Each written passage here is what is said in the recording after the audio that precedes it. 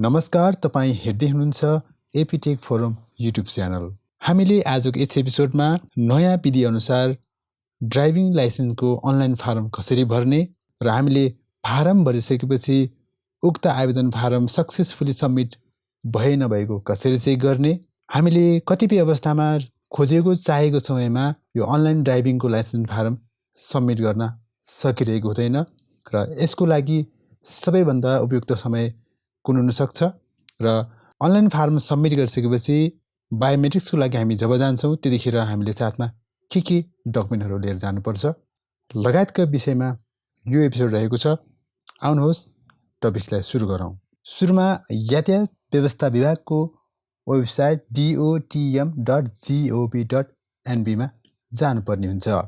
यहाँ गइसकेपछि यहाँनिर दायाँ साइडमा तपाईले देख्न सक्नुहुन्छ अनलाइन सवारी चालक अनुमति पत्र भन्ने एउटा मेनु, हामीले यो मेनुमा क्लिक गर्नुपर्ने हुन्छ र यसमा क्लिक गरिसकेपछि यहाँनिर ड्राइभिङ लाइसेन्स फारम भर्ने एउटा मेनु खुल्नेछ। यो मेनुमा यो फारम सम्बन्धी आवश्यक सम्पूर्ण नोटिस यहाँनिर दिएको छ, यहाँ तपाईले अध्ययन गर्न सक्नुहुन्छ र त्यसपछि हामीले यहाँनिर अनलाइन ड्राइभिङ लाइसेन्स रजिस्ट्रेसन भन्ने एउटा मेनु छ, यो माथि यसमा क्लिक गर्नुपर्ने हुन्छ र क्लिक गरिसकेपछि यहाँनिर यस्तो खालको ड्यासबोर्ड खुल्नेछ जहाँ अनलाइन रजिस्ट्रेसन र चेक स्ट्याटस भन्ने अप्सन आउनेछ। अब हामी यहाँनिर अनलाइन रजिस्ट्रेसन भन्ने मेनुमा जानुपर्ने हुन्छ। यो मेनुमा क्लिक गर्नुहोला र क्लिक गरिसकेपछि यहाँनिर सिटिजनसिप भनेर आउँछ, यहाँनिर अटो नेपाल भनेर आउनेछ। त्यसपछि सेलेक्ट एप्लाई फर भन्ने अप्सन छ, यसमा सेलेक्ट गर्नुहोला। यदि तपाईँले योभन्दा पहिला लाइसेन्स लिइसक्नु भएको छ र क्याटेगोरी एड गर्न खोज्नु भएको छ भने एड क्याटेगोरीमा चुज गर्नुहोला।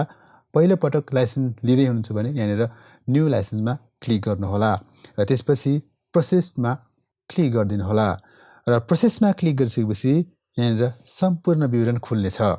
यहाँनिर हामीले हाम्रो आवश्यक मागिएको सम्पूर्ण विवरणहरू भर्नुपर्ने हुन्छ।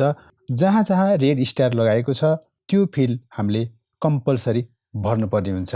अब यहाँनिर एप्लिकेन्ट फर्स्ट नेम भन्ने ठाउँमा एप्लिकेन्टको first name, second name, middle name भन्ने ठाउँमा भएमा मिडल नेम भर्नुपर्ने हुन्छ। त्यसपछि यहाँनिर लास्ट नेम, डिओबीमा डेट अफ बर्थ राख्नुपर्ने हुन्छ, जसलाई तपाईँले यहाँनिर नेपालीमा राख्नुभयो भने अङ्ग्रेजीमा अट आउनेछ। जस्तै यो क्यालेन्डर जस्तोमा क्लिक गर्नुपर्ने हुन्छ। त्यसपछि यहाँनिर कति साल हो, यहाँनिर तपाईँले साल राख्नुपर्ने हुन्छ। त्यसपछि कुन महिना हो, महिना चुज गरेर यहाँनिर गते चुज गर्नुपर्ने हुन्छ। यति गरिसकेपछि यहाँनिर नेपालीमा तपाईँले टाइप गर्नुभयो भने इङ्ग्लिसमा अट आउँछ र इङ्ग्लिसमा तपाईँले चुज गर्नुभयो भने नेपालीमा अट आउनेछ र त्यसपछि यहाँनिर एज भन्ने सेक्सनमा अटोमेटिक कति वर्ष भएको छ त्यो आफै आउनेछ। यसपछि यहाँनिर जेन्डर चुज गर्नुहोला र अकुपेसन राख्न सक्नुहुन्छ र एजुकेसन पनि राख्न सक्नुहुन्छ, योहरू चाहिँ अप्सनमा रहेको छ। त्यसपछि यहाँनिर कम्पलसरी चाहिने भनेको ब्लड ग्रुप हो, ब्लड ग्रुप चाहिँ यहाँनिर तपाईँले चुज गरेर राख्नुपर्ने हुन्छ। त्यसपछि सिटिजनसिपमा नेपाल अटो बाई डिफल्ट भएर आउनेछ। त्यसपछि सिटिजनसिप नम्बर राख्नुपर्ने हुन्छ, सिटिजनसिप इस्यु डिस्ट्रिक्ट राख्नुपर्ने हुन्छ, कुन जिल्लाबाट चाहिँ तपाईँको नागरिकता जारी भएको छ, जारी भएको हो त्यो जिल्ला यहाँनिर चुज गर्नुपर्ने हुन्छ। यसै गरी यहाँनिर तपाईँको पासपोर्ट नम्बर छ, पासपोर्ट लिनुभएको छ भने पासपोर्टको डिटेल पनि यहाँनिर हामीले राख्नुपर्ने हुन्छ। त्यसपछि यहाँनिर विटनेसको नेम राख्नुपर्ने हुन्छ, जसमा चाहिँ यहाँनिर रिलेसनसिप भन्ने एउटा अप्सन छ। यहाँनिर देखाएको अप्सनलाई मात्रै हामीले अर्थात् फादर मदर हस्बेन्डलाई मात्रै अहिलेको अवस्थामा यो विटनेसमा राख्न सक्नुहुन्छ।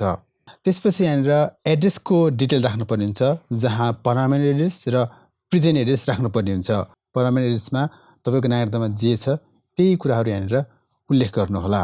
त्यसपछि यहाँनिर सम्पूर्ण विवरण जहाँ जहाँ रेजिस्टर लगाएको छ तपाईँले यहाँ कम्पलसरी भर्नुहोला। यसै गरी यहाँनिर इमर्जेन्सी कन्ट्याक्ट नम्बर पनि राख्न सक्नुहुन्छ, यसमा फ्यामिली मेम्बर कोही कसैको कन्ट्याक्ट नम्बर राख्न सक्नुहुन्छ। यसै गरी इमेलमा पनि तपाईँले आफ्नो इमेल एड्रेस राख्न सक्नुहुन्छ र त्यसपछि यहाँनिर प्रेजेन्ट एड्रेस भन्ने छ। यदि तपाईँको नागरिकतामा भएको एड्रेस र हालको एड्रेस एउटै छ भने सेम एज पर्मानेन्ट भन्ने अप्सन छ, यसमा टिक लगाइदिनु होला, यो एउटै हुनेछ। यदि तपाईँको नागरिकताको ठेगानाभन्दा तपाईँको हालको ठेगाना फरक छ भने यहाँनिर सोही अनुसार विवरण भर्नुहोला। त्यस पश्चात अर्को सेक्सन आउनेछ, स्क्रोल गर्नुहोला, यहाँनिर एक्जाम इन्फर्मेसन भन्ने सेक्सन आउनेछ। अब यहाँनिर सेलेक्ट क्याटेगोरी भन्ने अप्सन छ, यसमा हामीले चुज गर्नुपर्ने हुन्छ तपाईँले कुन सवारीको लागि एक्जाम दिँदै हुनुहुन्छ, फर्म भर्दै हुनुहुन्छ, उक्त सवारीको यहाँनिर क्याटेगोरी चुज गर्नुहोला। जस्तै मैले यहाँनिर केलाई चुज गरेँ। यसैगरी अब यहाँनिर सेलेक्ट जोन भन्ने छ। तपाईले कुन अञ्चलबाट लाइसेन्सको लागि एप्लाई गर्न चाहनुहुन्छ त्यही अञ्चल यहाँनिर चुज गर्नुपर्ने हुन्छ। अब त्यसपछि यहाँनिर इस्यु अफिस भन्ने छ। तपाईले अञ्चल चुज गरिसकेपछि त्यो अञ्चलभित्र रहेका यातायात कार्यालयहरूको विवरण आउनेछ। जस्तै यहाँनिर 2टा आएको छ। यसमा मैले कागजले चुज गरेँ। चुज गरिसकेपछि यहाँनिर थोरै तल स्क्रोल गर्नुहोला। त्यसपछि यहाँनिर क्याप्चा फिल गर्ने ठाउँ आउँछ। यहाँनिर क्याप्चा बुझेन भने यहाँ एरो देखाएको छ, यो एरोमा क्लिक गर्नुहोला। यो क्याप्चा चेन्ज भएर आउँछ। त्यसपछि यहाँनिर उक्त क्याप्चालाई जस्ताको तस्तै टाइप गर्नुपर्ने हुन्छ। त्यसपछि यहाँनिर सबमिट बटनमा क्लिक गरिदिनुपर्ने हुन्छ। त्यसपछि पुनः यहाँ ओके गर्ने भन्ने आउँछ। यसलाई पनि हामीले ओके गरिदिनुपर्ने हुन्छ। र यहाँनिर ओके गरिसकेपछि यहाँनिर फेरि कन्फर्मेसनको लागि एउटा पेज खुल्नेछ।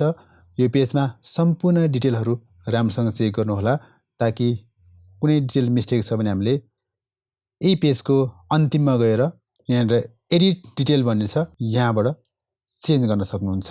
र यो सम्पूर्ण विवरण ठिक छ भने फेरि तपाईले यहाँनिर यो क्याप्चा आउनेछ र क्याप्चालाई फिल गर्नु होला। र त्यसपछि यहाँनिर सेभ डिटेलमा क्लिक गरिदिनु होला। फेरि यहाँनिर आर यु स्योर भनेर आउनेछ, यसलाई ओके गरिदिनु होला। र मित्रहरू, हामीले यति गरिसकेपछि हाम्रो अनलाइन एप्लिकेसन फर्म सबमिट भइसकेको छ। र सबमिट भइसकेपछि यहाँनिर हाम्रो रेफरेन्स नम्बर भनेर आउनेछ। यहाँनिर मेसेज पनि आएको छ, सक्सेसफुली सेभ भएको छ। र यहाँनिर रेफरेन्स नम्बर पनि आइसकेको छ। मित्रहरू, यति गरिसकेपछि हाम्रो एप्लिकेसन फारम सबमिट हुनेछ। यो सक्सेसफुली सेभ हुनेछ र यहाँनिर मेसेज सो गर्नेछ र यहाँनिर तपाईको रेफरेन्स नम्बर आउनेछ। त्यसपछि यसलाई ओके गरिदिनु होला। अब यहाँनिर ओके गरिसकेपछि यस्तो खालको डिटेल खुल्नेछ र डिटेलमा तपाईले यहाँनिर your application is successfully register भनेर देखाउनेछ। यहाँनिर तपाईको सम्पूर्ण विवरण देखाउनेछ। र यहाँनिर अन्तिमतिर हेर्ने हो भने date of visit to zonal office भनेर देखाएको छ। तपाईले अन्तिमतिर हेर्नु होला, डेट अफ भिजिट भनेर देखाएको छ। यहाँनिर कुन डेटमा तपाईले भिजिट गर्नुपर्ने हो सोही डेट यहाँनिर देखाउनेछ। त्यसपछि यहाँनिर अन्तिम हेर्नु होला, डाउनलोड पिडिएफ भन्ने अप्सन छ। यो डाउनलोड पिडिएफ भन्नेमा तपाईले क्लिक गर्नु होला। फोटो खिचेर वा प्रिन्ट गरेर सुरक्षित साथ राख्नु होला, ताकि तपाईले जुन यो तोकिएको डेटमा यसलाई सँग लिएर जानुपर्ने हुन्छ। कतिपय अवस्थामा हामीलाई के हुन सक्छ भने यो हामीले सबमिट गरिसकेको जुन हाम्रो एप्लिकेसन छ यो सक्सेसफुली रजिस्टर भएको छ कि छैन भनेर हामीलाई कन्फ्युजन पनि हुन सक्छ। अब यो रजिस्टर भयो कि भएन भनेर कसरी हेर्ने त? पुनः हामी यसको लागि पनि अनलाइन सवारी चालक अनुमति पत्र भन्नेमा जानुपर्ने हुन्छ र यसमा क्लिक गर्नुपर्ने हुन्छ। र क्लिक गरिसकेपछि पुनः यहाँनिर हामी यो अनलाइन ड्राइभिङ लाइसेन्स रजिस्ट्रेसन भन्ने ठाउँमै जानुपर्ने हुन्छ। अब यहाँनिर गइसकेपछि यहाँ चेक स्ट्याटस भन्ने अप्सन आउँछ। यसमा क्लिक गर्नु होला। र क्लिक गरिसकेपछि यहाँनिर हामीले यो चाहिँ रेफरेन्स नम्बरको आधारमा हामीले हेर्नुपर्ने हुन्छ। जुन रेफरेन्स नम्बर चाहिँ हाम्रो यो जुन एप्लिकेसन फर्ममा हामीले अलरेडी लिएका हुन्छौँ। अब यहाँनिर रेफरेन्स नम्बर चुज गर्नुपर्ने हुन्छ र यहाँनिर उक्त नम्बरलाई राखिदिनु पर्ने हुन्छ। अब यहाँनिर राखिसकेपछि यतापट्टि डिओबी डेट अफ बर्थ भन्ने ठाउँमा गएर तपाईले आफ्नो जन्ममिति चुज गर्नुपर्ने हुन्छ। र चुज गरिसकेपछि यहाँनिर चेक स्ट्याटसमा क्लिक गर्नुपर्ने हुन्छ। र यति गरिसकेपछि यहाँनिर तपाईको सबै डिटेलहरू आउनेछन्। यसैगरी मित्रहरू, हामीलाई कतिपय अवस्थामा यो अनलाइन फारम सबमिसन गर्ने बेलामा सबमिट गर्ने बेलामा धेरै समस्याहरू आउन सक्छ। कतिपय अवस्थामा यो लोड धेरै भएको कारणले गर्दाखेरि तपाईले चाहेको समयमा सबमिट नहुन सक्छ। अब यहाँनिर तपाईले हेर्दै हुनुहुन्छ भने मैले यतिखेर रातको 12:24 यो रेकर्डिङ गर्दैछु, किनभने यो मैले राति गर्दाखेरि मात्र सजिलोसँग सबमिट भएको छ। अब यसको लागि आवेदन गर्ने उचित समय कुन हुन सक्छ त? विशेष गरी रातको 10 बजे पछाडि वा कुनै पनि सार्वजनिक बिदाको दिनमा तपाईले यो फर्मलाई सबमिट गर्न खोज्नुभयो भने पक्कै पनि सजिलोसँग सबमिट हुनेछ। अब यसैगरी मित्रहरू, यहाँनिर जुन एपोइन्टमेन्ट डेट भन्ने देखाएको छ, जुन हामीले छानिएको अफिसमा भिजिट गर्न जाने डेट हो, उक्त डेटमा हामीले त्यहाँ अफिसमा गएर बायोमेट्रिक्स गर्नुपर्ने हुन्छ। र बायोमेट्रिक्स गर्न जाने बेलामा जुन हामीले एप्लिकेसन फर्ममा पनि के डकुमेन्ट चाहिन्छ भनेर त्यहाँ उल्लेख गरिएको हुन्छ। स्पेसली हामीले लानुपर्ने भनेको ओरिजिनल नागरिकता र नागरिकताको फोटोकपी, ब्लड चेकअपको कुनै पनि प्रमाणपत्र छ भने त्यसको फोटोकपी लिएर जानुपर्ने हुन्छ। र अन्य आवश्यक विवरण जुन दिन तपाईँ त्यहीँ जानुहुन्छ, भिजिट गर्न चाहनुहुन्छ, सोही दिन बायोमेट्रिक्स गर्ने बेलामा त्यहाँका कर्मचारीले तपाईँले भन्नेछन् र तपाईँले सोही अनुसार अन्य विवरणहरू सबमिट गर्नुपर्ने हुन्छ। पक्कै पनि यो भिडियो यहाँलाई एकदमै उपयोगी भयो होला भन्ने मैले आशा गरेको छु। यदि तपाईँ यस युट्युब च्यानलमा नयाँ हुनुहुन्छ भने कृपया च्यानललाई सब्स्क्राइब गर्न नभुल्नुहोला। अहिले यति नै, धन्यवाद।